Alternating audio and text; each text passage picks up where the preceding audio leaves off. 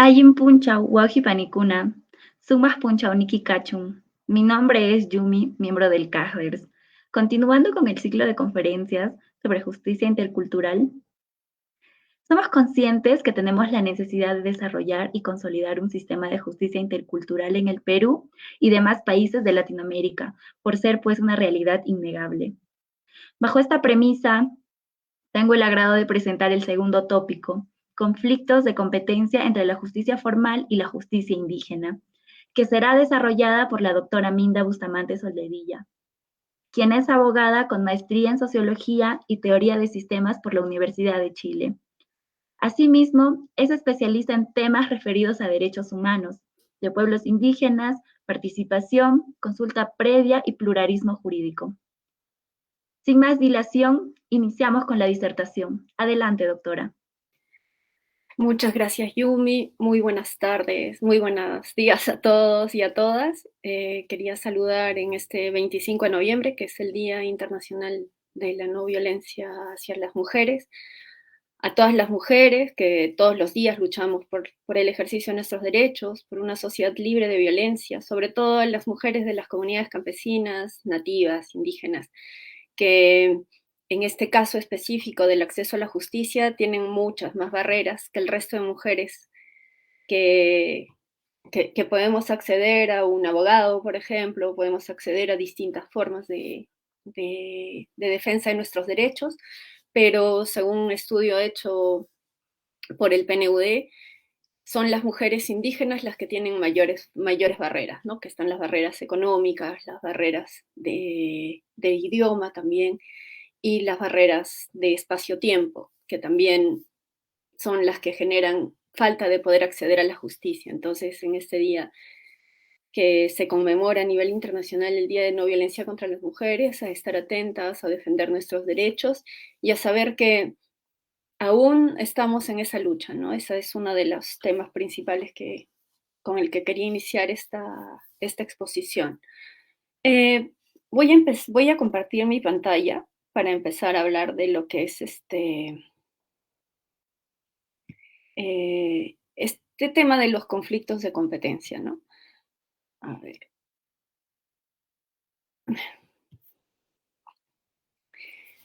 Muy bien, espero que se esté viendo un poco el... Ustedes me dicen si se ve o no se ve. Sí, doctora, se le ve. Muchas gracias.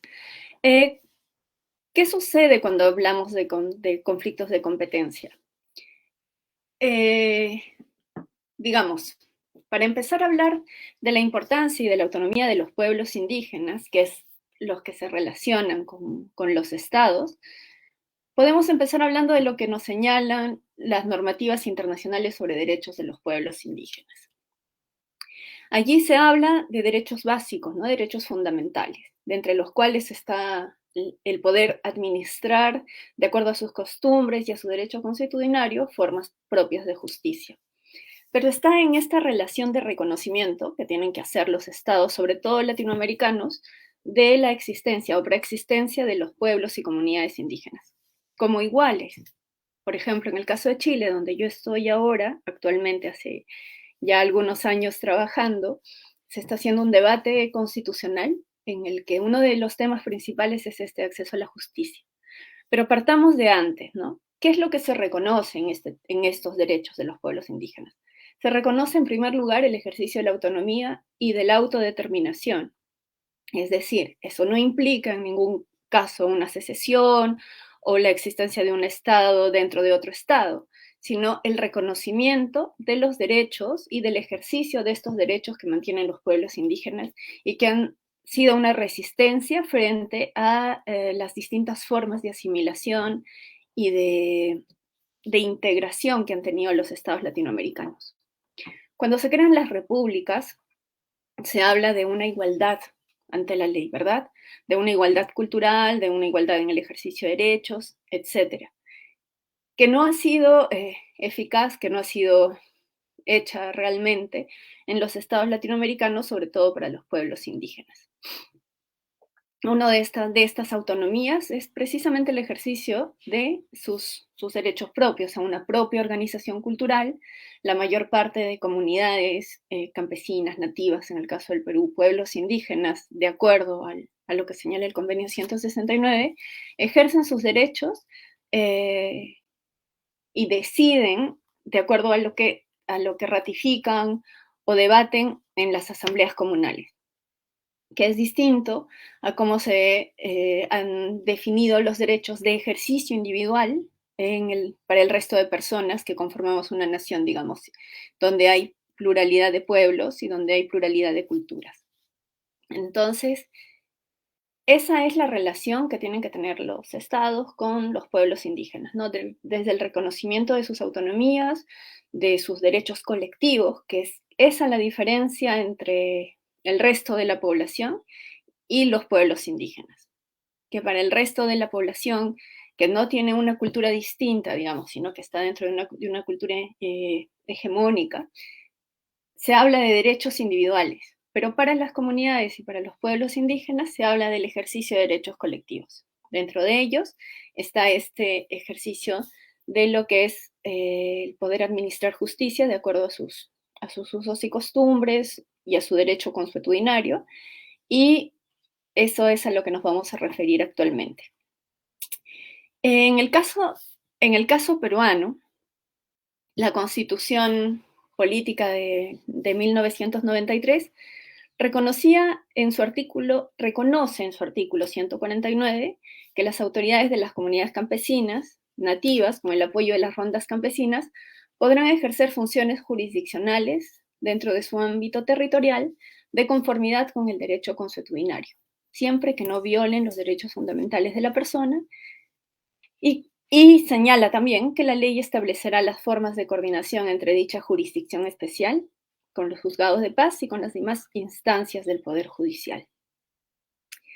Este artículo en 1993 era muy poco estudiado. Ahora yo por eso quiero felicitar a CACDERS también por poner en debate este derecho de las comunidades y de los pueblos indígenas a poder administrar justicia, y cómo ya había sido reconocido en 1993 y cómo se han venido estableciendo distintas formas propias de las comunidades de reconocer sus derechos, de administrar justicia, de ejercer este derecho colectivo dentro de sus asambleas, ¿no? Y cómo después se fue relacionando con las rondas campesinas también. Si hacemos un recuento de cómo se crean las rondas campesinas, se crean en Cajamarca, que a diferencia del resto de departamentos o regiones del Perú, tenían una existencia vigente de comunidades campesinas o comunidades nativas. En el caso de Cajamarca, los caseríos empiezan a organizarse en rondas campesinas y mediante estas asambleas de las rondas a ejercer una forma propia de derecho que está reconocido por el Convenio 169 y también por la Constitución. ¿Qué nos dice además el artículo 149 de la Constitución? Nos señala que se establecerán formas de coordinación reconociendo la autonomía de las comunidades y de los pueblos indígenas, que es lo que nos señala también el Convenio 169 de la OIT en sus primeros artículos, ¿no? Que se reconocerá la autoridad de las comunidades indígenas, de los pueblos indígenas. En el caso de Perú sabemos bien que cuando se da, por ejemplo, la ley de consulta previa, se empezó a discutir qué comunidades podían tener derechos, qué comunidades no, cuando en verdad en el Perú los pueblos indígenas se definen como comunidades campesinas o comunidades nativas, pero eso no les quita el derecho de que sean pueblos indígenas y que estén reconocidos por el Convenio 169 de la OIT. ¿Qué nos señala el Convenio 169 sobre precisamente el derecho de administrar justicia o de poder tener esta relación como un ejercicio colectivo de sus propias normas, derecho consuetudinario, etcétera, ¿no? Nos señala que al aplicar la legislación nacional, los pueblos interesados deberán tomarse debidamente en consideración sus costumbres o su derecho consuetudinario. Estos pueblos deberán tener el derecho a conservar sus costumbres e instituciones propias, como en el caso de las comunidades campesinas, tienen sus asambleas comunales. En las asambleas comunales se toman las decisiones más importantes para el desarrollo de la comunidad, no solamente en los casos de administración de justicia, sino cuáles son sus prioridades de desarrollo, cómo quieren establecer sus estatutos, cuál va a ser la forma de funcionamiento de la comunidad, cuáles van a ser sus normas internas para, por ejemplo, los trabajos comunales, etcétera, ¿no? Y ahí se van estableciendo además toda esta serie de costumbres que después van a servir para que los propios pueblos puedan analizar quién ha incumplido y quién no ha incumplido estas normas, ¿no? Luego señala que siempre que éstas no sean incompatibles con los derechos fundamentales definidos en el sistema jurídico nacional ni con los derechos humanos internacionalmente reconocidos. Siempre que sea necesario, deberán establecerse procedimientos para solucionar los conflictos que puedan seguir en aplicación de este principio. Es decir, a lo que nos referimos en este caso, ¿no? Que es los conflictos de competencia entre la justicia indígena y lo que se llamaría la justicia ordinaria, en base al establecimiento de estos derechos fundamentales. Y ahí volvemos a hablar de las autonomías, ¿no? ¿Cómo vencemos este tipo de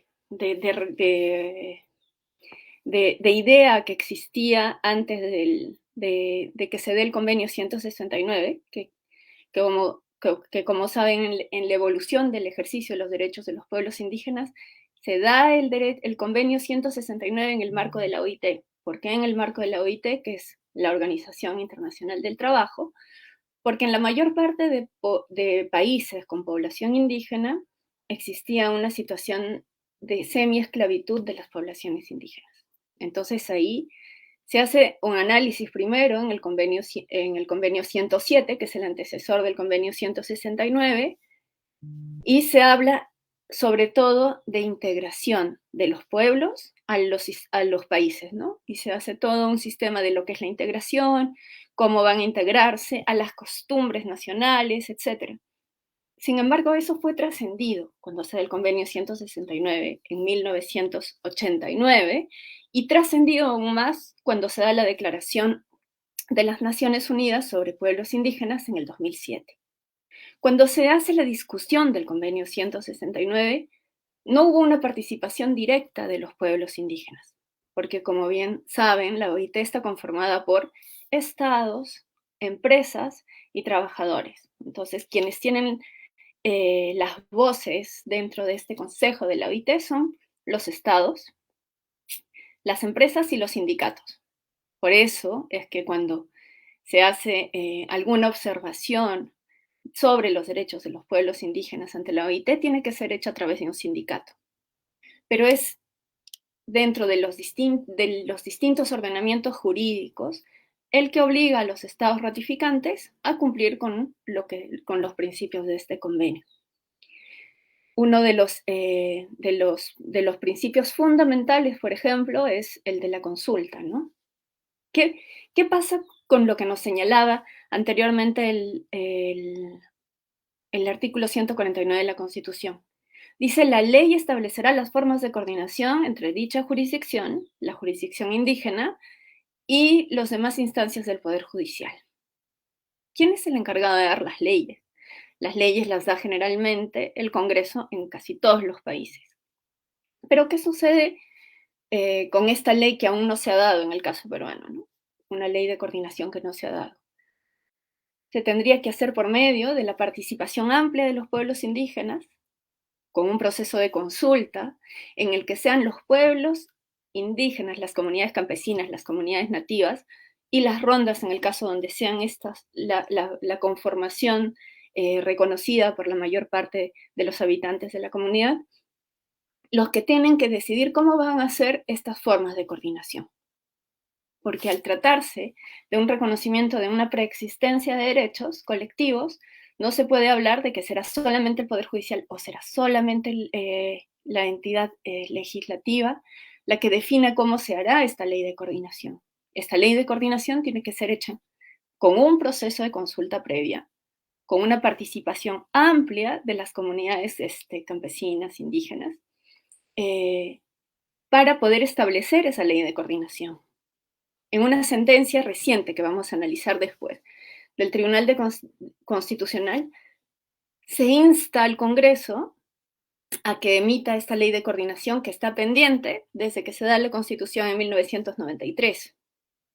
Para evitar precisamente para no evitarlos, pero para aclarar estos conflictos de competencia que se dan entre la justicia indígena y la justicia ordinaria.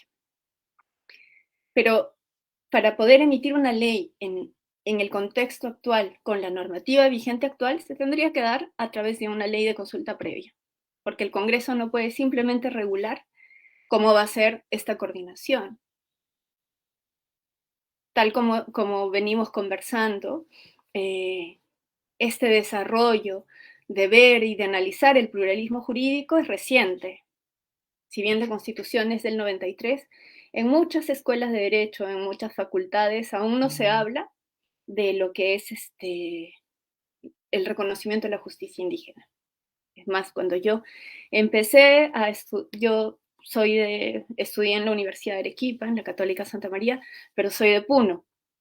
Y en Puno, como ustedes saben, es el departamento del Perú donde hay la mayor cantidad de comunidades campesinas. Y allí se resolvían muchos casos dentro de la propia jurisdicción indígena, ¿no? Dentro de las comunidades, mediante asambleas, cómo se iban a establecer sus estatutos, sus costumbres, cómo se iban a hacer las faenas de riego, etcétera, de limpia de canales, las festividades y todo eso, se decidía en asambleas comunales. Y cuando uno llegaba a las facultades de Derecho, te enseñaban generalmente y te enseñan lo que son los códigos, lo que son la Constitución, las normativas, el derecho penal, el derecho civil, tributario, etc. ¿Y qué pasa con el resto, con esta otra justicia que también existe en el Perú? No se veía, no se ha visto, era invisibilizada y existía una justicia hegemónica. Es por eso que yo hablaba de la importancia de hacer una consulta donde participen también las autoridades de las comunidades campesinas y nativas en la creación de esta ley de coordinación. Porque si solamente la ven los legisladores, los abogados, los miembros del Tribunal Constitucional, los miembros de la Corte Suprema, habría una parte que no existiría y no sería una real ley de coordinación porque faltarían unas voces. Y como bien sabemos, existe una hegemonía normativa actual y constante de lo que es el ejercicio del derecho.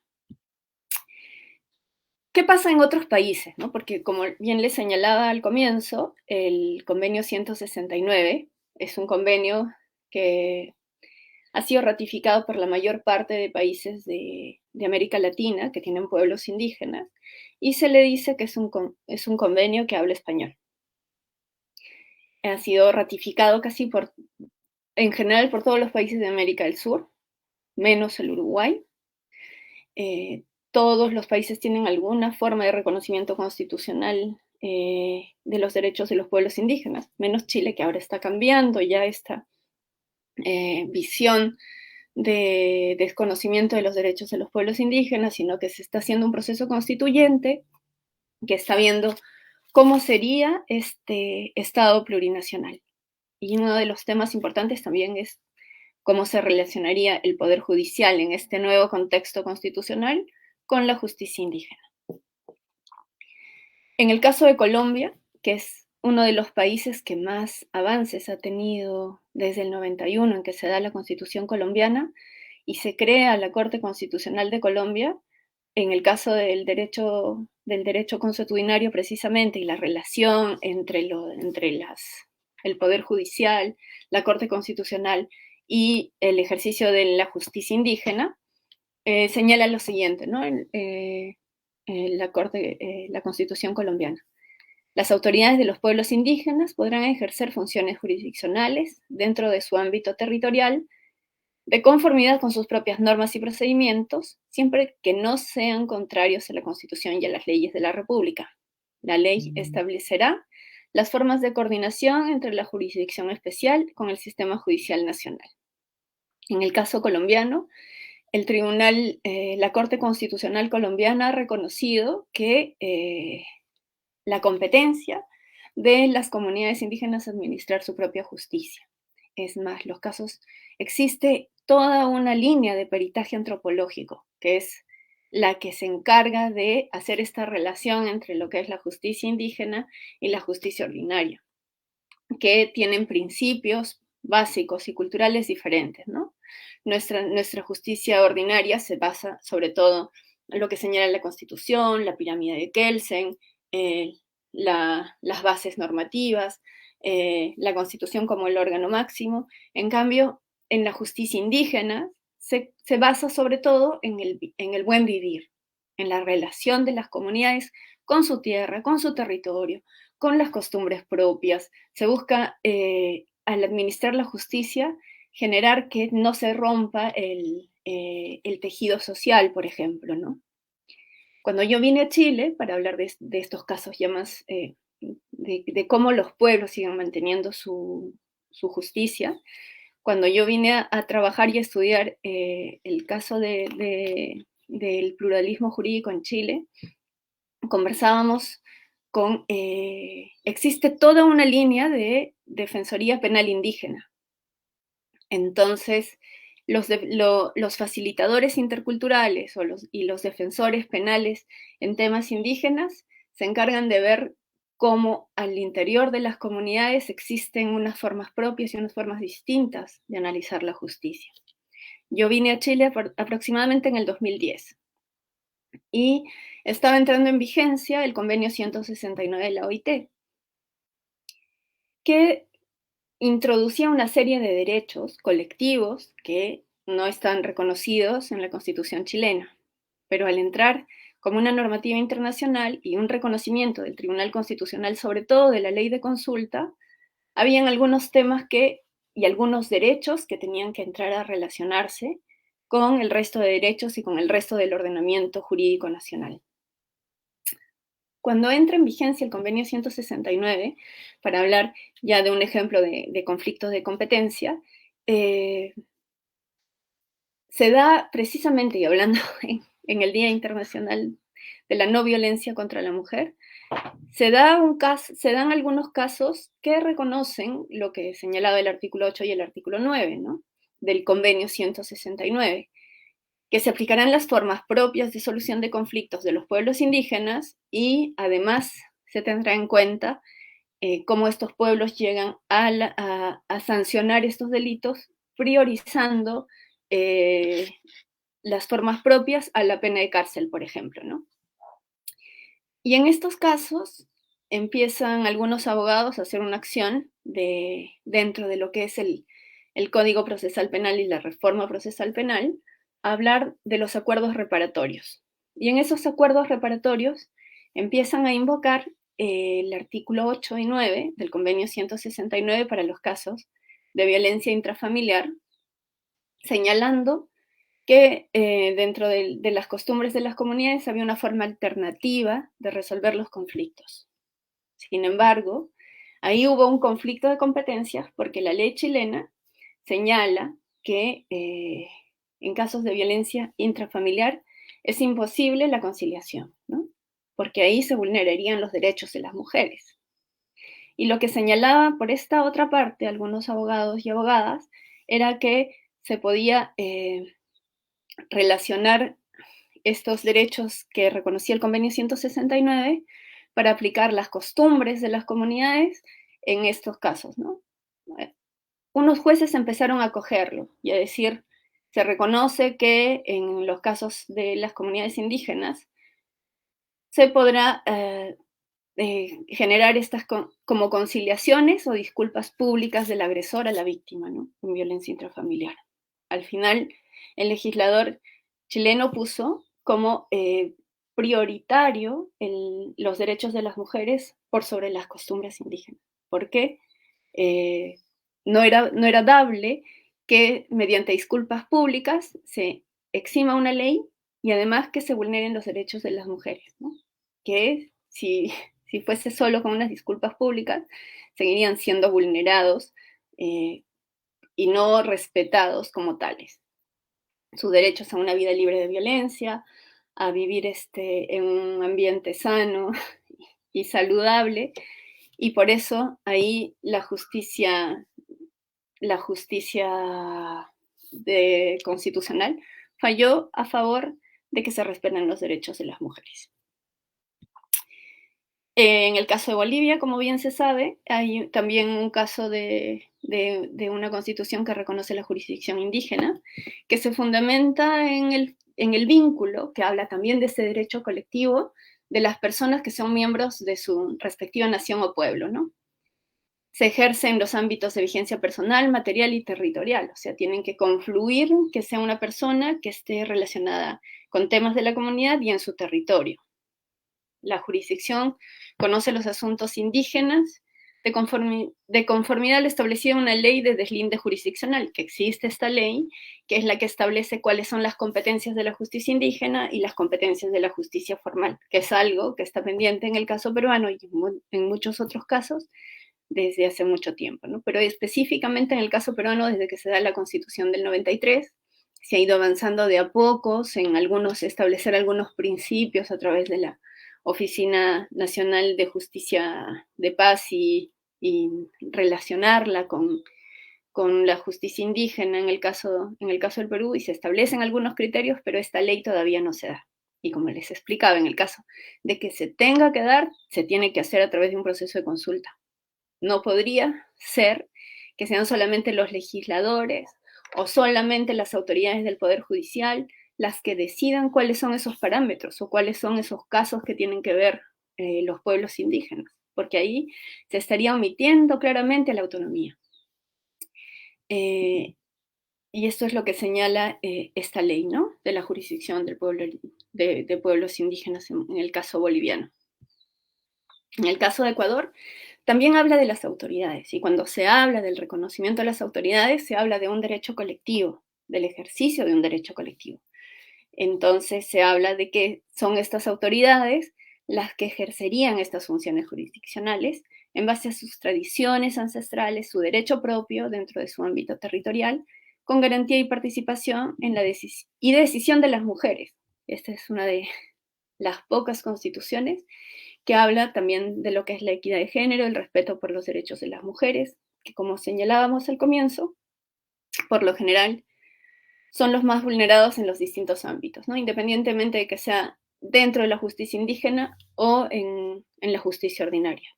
Cuando una mujer va a hacer una denuncia, siempre es ella la sospechosa, ¿no? Entonces, eso no puede seguir, y en el caso de la Constitución ecuatoriana, se reconoce que tiene que haber una participación activa de las mujeres. Cuando hay una participación activa de las mujeres en todos estos temas que tienen que ver con el ejercicio de derechos, siempre se garantizan más los derechos de las mujeres. Luego dice, el Estado garantiza que estas decisiones sean respetadas por las instituciones y autoridades públicas, es decir, hay una igualdad, hay una coordinación, hay un reconocimiento de una autonomía indígena con respecto a la autonomía de las instituciones estatales, ¿no? Y se establecerán mecanismos de coordinación y cooperación. Nunca se establecen jerarquías para el ejercicio de la justicia indígena, sino coordinación, tal como lo reconoce también la Constitución Política del Perú en su artículo 149. Que no sé, en el caso peruano también ha habido toda una situación de avances, retrocesos, reconocimientos jurisdiccionales, porque así es el ejercicio de derechos. Se avanzan 2 pasos, se retrocede uno, a veces se avanza o se retrocede. Pero en el caso peruano existe la legislación sobre rondas campesinas, ¿no? Que reconoce y, y que de alguna forma reafirma lo que establecía el artículo 149, que hablaba con el apoyo de las rondas campesinas. Pero como veíamos que en algunos lugares del Perú son las rondas campesinas las que tienen sobre todo el reconocimiento y la legitimidad para poder administrar justicia frente a la comunidad. Eso, y ha habido encuentros de rondas, dentro de las comunidades campesinas también se han establecido rondas campesinas que por lo general son las encargadas de prestar seguridad a la comunidad, vigilancia y también administrar justicia. Y uno de los principios básicos es la legitimidad, ¿no? Entonces, ¿qué nos dice el reglamento de la ley de rondas? Porque la ley de rondas reconoce la existencia de las rondas campesinas, su facultad, sus relaciones dentro de las comunidades, también la autonomía de las rondas en el caso donde no hay comunidades. Y el artículo 13 que habla que las rondas campesinas, con base a las costumbres de la comunidad, caserío u otro centro poblado, pueden intervenir en la solución de conflictos que se suscitan entre miembros de la comunidad u otros externos cuando estén en el ámbito territorial y se trate de materias que vulneran los derechos de las comunidades y que serán registradas en el libro de ocurrencias o libro de actas, ¿no? Que en el caso de las comunidades campesinas será legalizada por el juez de paz, estableciéndose una forma de coordinación también entre los juzgados de paz y las autoridades de las rondas, respetando los derechos consagrados en la Declaración Universal, el Convenio 169 y la Constitución y las leyes. Es decir, estableciendo un relacionamiento entre estas costumbres indígenas consuetudinarias y el resto de legislación internacional o nacional sobre el ejercicio de las autonomías indígenas. En el caso peruano, desde que se establece la ley de rondas, desde que se da el artículo 149, han habido distintos casos que han llegado al Tribunal Constitucional. Pero y han habido distintas sentencias en las que el Tribunal Constitucional ha tratado de hacer un deslinde o una coordinación, siempre señalando que se tiene que establecer esta ley de coordinación que hasta el momento no se ha hecho, ¿no? Por el Congreso. Y dice, conforme a la autonomía jurisdiccional reconocida, las comunidades se encuentran facultadas para investigar y castigar, sancionar, a las personas que hayan cometido una inconducta social de acuerdo a lo establecido en sus estatutos, en la que generalmente se deberían establecer los procedimientos y castigos en aplicación de su derecho consuetudinario. Es decir, el Tribunal Constitucional también reconoce esta facultad establecida en el artículo 149 para para el ejercicio de las rondas y de las comunidades campesinas y nativas, del ejercicio de su autonomía, el reconocimiento de su derecho propio, con las distintas facultades que también tienen los órganos jurisdiccionales, que son sancionar la comisión estricta de los delitos o de las faltas y la claridad sobre los castigos, ¿no? ¿Cuándo hablamos de conflictos de competencia? Cuando se reconoce por el ordenamiento jurídico una autonomía de pueblos indígenas y existe también una hegemonía, por lo general, del Poder Judicial o de las instituciones judiciales que tradicionalmente han sentido que muchas veces el derecho de las comunidades, la autonomía de las comunidades y de los pueblos indígenas no es igual que lo que establecen las normas y los jueces y los abogados de la justicia ordinaria. Los pueblos indígenas tienen derecho a mantener sus costumbres y su derecho consuetudinario, porque es parte del ejercicio de su derecho colectivo, el reconocimiento de sus instituciones tradicionales, de sus autoridades indígenas, son parte del reconocimiento de estas costumbres y el ejercicio de su derecho. Los poderes judiciales tienen que considerar y establecer esa relación y esas reuniones en las que puedan, sobre todo en las zonas donde hay más comunidades campesinas y nativas, ¿no? Donde hay un ejercicio evidente de lo que es la costumbre, la jurisdicción indígena, cuando se sancionan estas faltas cometidas por las personas que pertenecen a estas comunidades. Se dan además estos conflictos de competencia cuando alguna de las partes, sobre todo, no reconoce la autoridad de las comunidades, personas al interior de las comunidades indígenas, que sienten que de alguna forma se ha vulnerado su derecho y acuden ante el Poder Judicial o ante la Fiscalía, por lo general sobre el punto y sobre la base de muchas sanciones que se van aplicando por las comunidades campesinas, las rondas o las comunidades nativas. Y ahí es donde surge este conflicto de competencias, ¿no? Por eso hablábamos que en el caso colombiano ha sido tan importante el peritaje antropológico, porque la relación que tienen las comunidades con su territorio, con su divinidad, con sus rituales, con sus formas propias, no son las mismas que nosotros hemos estudiado dentro de lo que es el derecho.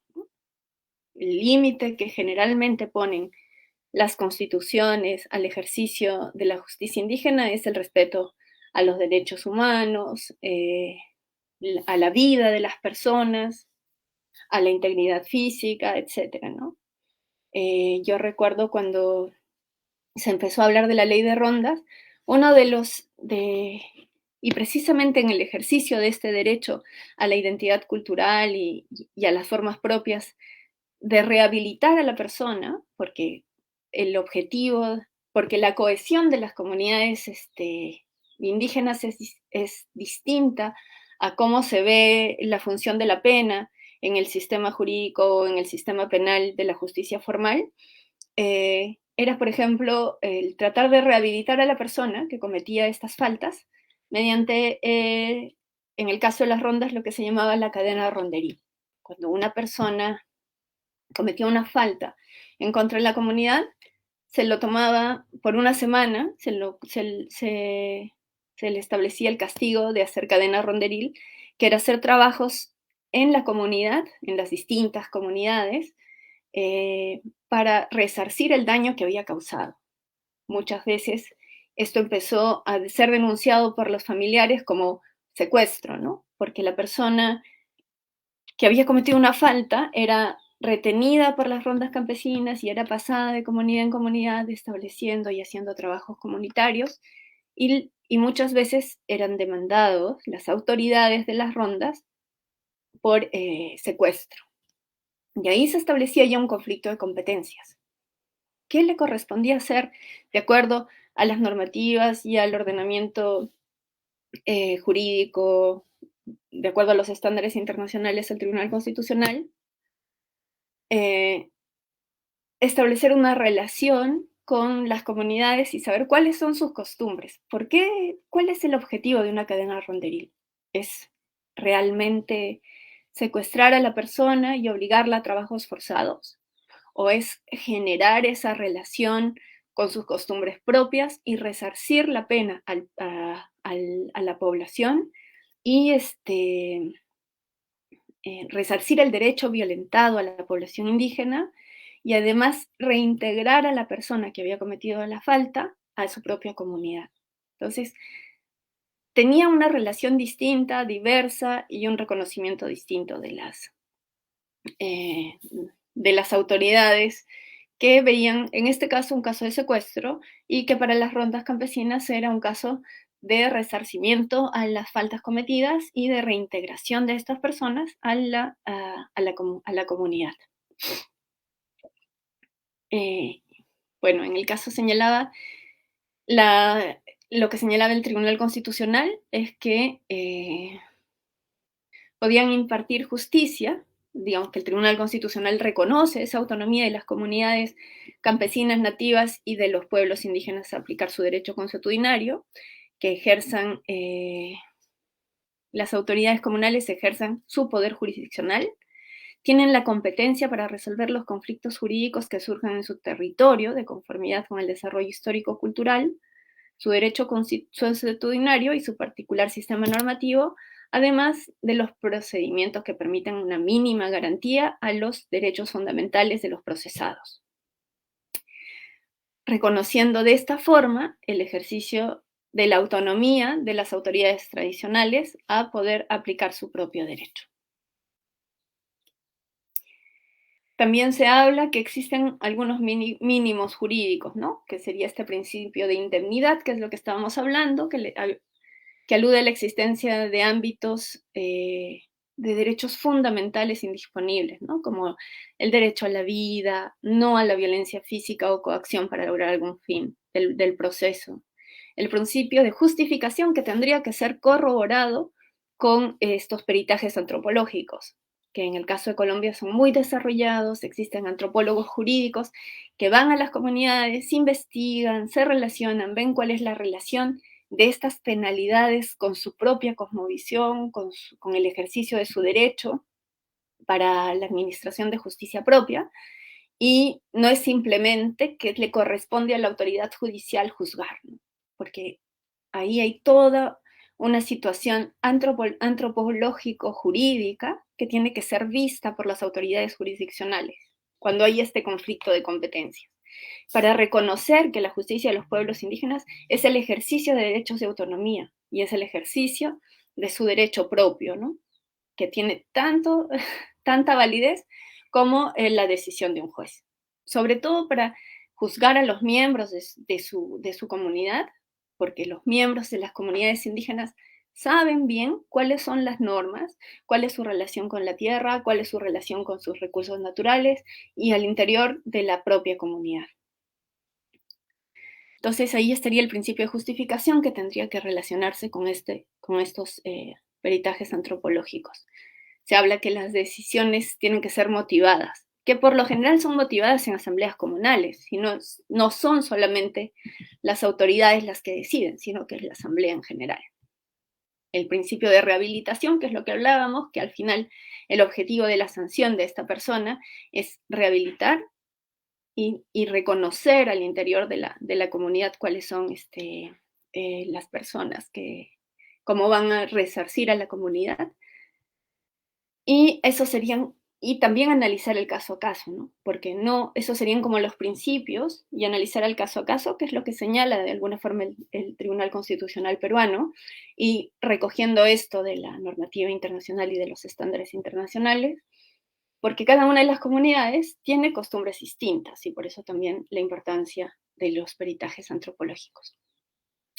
Hay una ausencia de la ley de coordinación, que si bien se está estableciendo de a pocos, no existe esa ley, que como les dije tendría que ser hecha con una consulta previa y con la participación amplia. Existe un acuerdo plenario donde se reconoce la jurisdicción de las rondas campesinas. En el caso del Poder Judicial, la Corte Suprema en el 2009 reconoce la facultad de las rondas campesinas a también administrar justicia y resolver sus conflictos internos. Y según ONAJUP, que es la Oficina Nacional de Justicia de Paz, ¿cómo se resolverían los conflictos de competencia? Dice, en aquellos casos en los que existan conflictos de competencia entre los sistemas de justicia y en virtud del principio de igualdad que imperen la justicia intercultural, las autoridades de los sistemas de justicia involucradas con el conflicto de competencias se resolvería mediante un diálogo permanente, en reuniones con trato directo, donde imperará un clima de confianza, colaboración, igualdad, respeto mutuo. En dichas reuniones, las autoridades de cada sistema de justicia son iguales. No es que unos van a ser más que otros, sino que las autoridades de las comunidades indígenas, campesinas, rondas campesinas, tienen el mismo rango que las autoridades judiciales. El conflicto de competencias se resuelve cuando exista consenso entre las autoridades de los sistemas. Esta reunión es convocada por una autoridad de cualquiera de los sistemas de justicia. Ya, si hay dudas y controversias sobre la aplicación de una pena en un territorio indígena, entonces ahí pueden ser las autoridades de las comunidades las que convoquen a estas reuniones de coordinación a los jueces y fiscales de la propia jurisdicción territorial. Bueno, ahí está el caso de Colombia. Y para terminar, me gustaría dar algunas conclusiones, ¿no?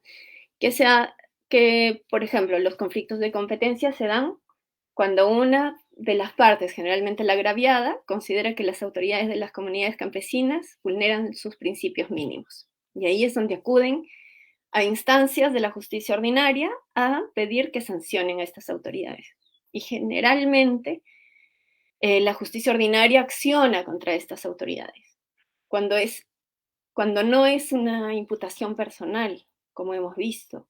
El ejercicio de derechos es un derecho colectivo, es el reconocimiento de la jurisdicción indígena, que es un derecho colectivo reconocido por la legislación internacional, en el Convenio 169, la Declaración de las Naciones Unidas y la Declaración Americana sobre Derechos de los Pueblos Indígenas, al ejercicio colectivo. Entonces, no es que sea una autoridad la que impone una sanción arbitrariamente, sino que lo hace en ejercicio del derecho colectivo. Y bueno, cuando las autoridades de las comunidades campesinas, nativas o rondas consideran que las autoridades también intervienen en sus decisiones, ¿no? Ahí se generan estos conflictos. Se carece de una norma que regule la coordinación. Y bueno, según el artículo 149, cuando se trata de conflictos ocurridos entre el territorio de las comunidades, siempre que no se violen derechos fundamentales, se tiene que decretar que ninguna decisión está violando la justicia ordinaria, sino que tiene que haber una coordinación interna de estos dos sistemas de justicia, ¿no? Así que...